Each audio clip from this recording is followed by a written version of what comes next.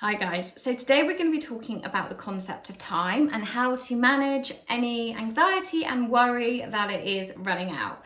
So I think quite a common theme with the women I work with is that they have had a certain expectation of what their life is going to look like exactly by a certain age, which is usually, husband, 2.2 kids, a really stable job, and they feel like they will have everything figured out and they know exactly what's going to happen. So if this doesn't happen by the age you've kind of put in your head, a lot of the time clients feel like time is slipping away.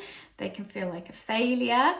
They can't stop worrying about it. And I think most importantly, because of this pressure and because of all this worry, they actually forget to appreciate the journey they're on and the path that they're actually on now and at the moment. So they kind of lose a lot of the joy and a lot of the kind of gratitude about where they are. And I know that this isn't a unique feeling. I know that this isn't just my clients.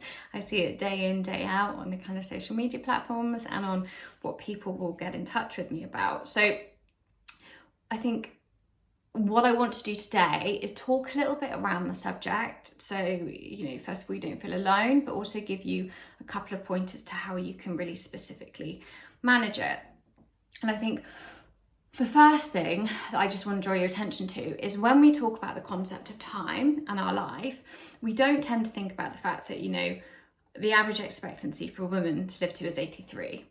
Right, which is a very, very long time. So the thought that you're going to have it all figured out by 30 or 35 or 40 is ridiculous, all right? But rather than thinking about the fact that we've got a whole legacy to leave, we've got a whole life to enjoy and to live, and who the hell knows what is going to happen in that time. What we tend to do is chunk it up. So, we have where we're going to be in a year, 5 years, 10 years, and we all kind of have a sort of scary age that if we haven't got to by this point, something's not going to happen. Or, if we haven't met somebody by the time we're 40, we're never going to get married, or whatever that might be, whatever that might look like for you personally. And it is very personal, it's a personal number. That is kind of informed and shoehorned in by society. I know that a lot of people will talk about the 35 cliff. Women feel like when they've reached 35, if they haven't kind of met their own expectations, the sort of weight of not having something has a massive impact on how you feel about yourself and kind of how you feel about how successful you are, or again, going back to feeling like a failure. So what I want us to start doing is to try and loosen the own deadlines and try and loosen the own expectations that you have by a certain point, because you can't control the when, the where, the who, the what. You can only control actually how you're showing up every day, how you're feeling about yourself, and what kind of life you're living and you're leading. We want to create life that's based on our excitement and our desire and our hopes and our dreams, not on the weight of expectation and the fear that something's not going to happen. Because that's actually tends to be where you make decisions that don't best serve you. And you don't actually kind of get the most out of it. So I'm going to do a longer blog on this where I will give you some interesting stats about the kind of biological clock and things like that, which will be on my website soon. So please go have a read. But, going back to this idea of trusting that you are on the right path rather than expecting and fighting the fact that you think you're on the wrong one, rather than trying to control how our life looks, what if we started just to say to ourselves, we are exactly where we're meant to be? What if we lent into that trust? Say it out loud now. Say, I am exactly where I am meant to be. Everything that is meant for me will not miss me. Okay, say it now. I'm going to give you a pause because I actually want you to say it. Actually saying it and starting to feel it will change your whole outlook. It's not going to take away all the worry. It's not going to be a magic cure, but it will make you feel a hell of a lot better. And that is kind of the point, right?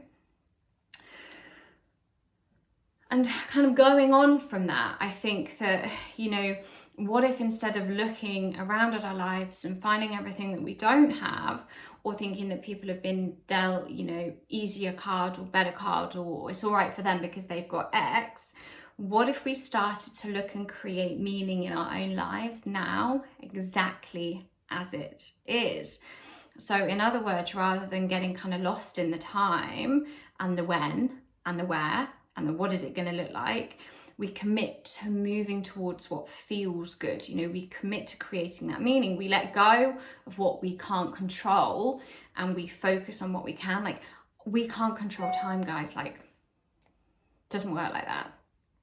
There's no exercises I can give you. There's no tools, there's no techniques that I can give you to stop time, okay?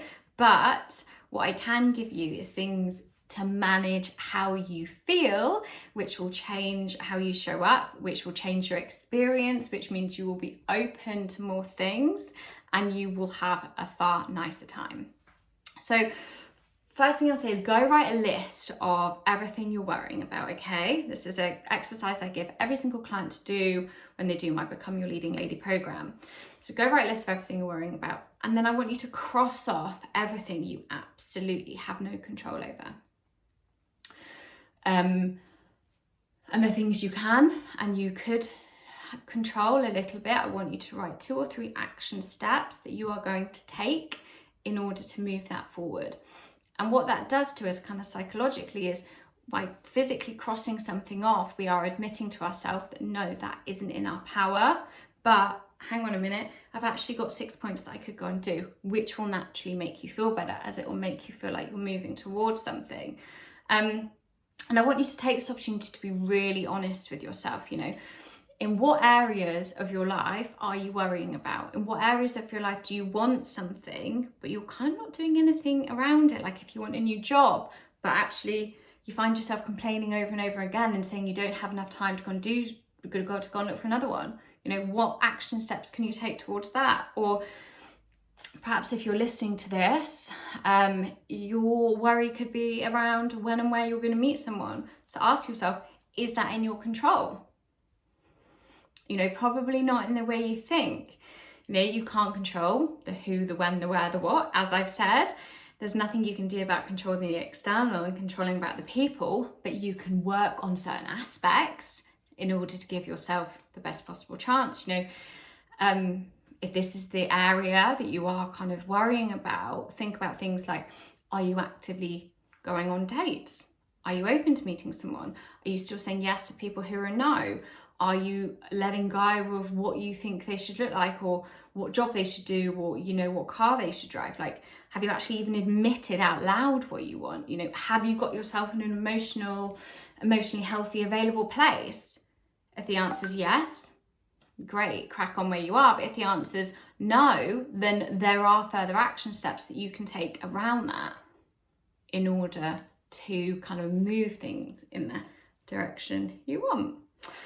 So yeah, I felt like I went off on a bit of a tangent on that video, but again, the concept of time I think is so abstract. But when it comes to anxiety and it comes to worry, I really think it is about doing kind of practical steps in order to alleviate that, and also changing how you're looking at things and going into a bit of a place of gratitude. Right, I'm over and out, but please drop any comments you may have in the box below, and look forward to speaking to you all soon. Bye.